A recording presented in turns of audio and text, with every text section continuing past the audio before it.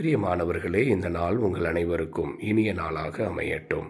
தவக்காலத்தின் இன்றைய நற்செய்தியிலே ஆண்டவர் இயேசு எருசலேம் நகரிலே கூடார திருவிழாவை கொண்டாடுவதற்காக சீடர்களோடும் மக்களோடும் செல்லுகிறார். அங்கே எருசலேம் ஆலயம் அருகிலே நல்ல காரியங்களை மக்களுக்கு தொடர்ந்து செய்கிறார். அவர்களுடைய நோய் நொடிகளை குணமாக்குகிறார். இறையாட்சியை பற்றி அறிவிக்கின்றார். ஆனால் அங்கு கூடியிருக்கக்கூடிய மக்கள் அவரை எப்படியாவது கொலை செய்ய வேண்டும் என கூறுகிறார்கள், தேடுகிறார்கள்.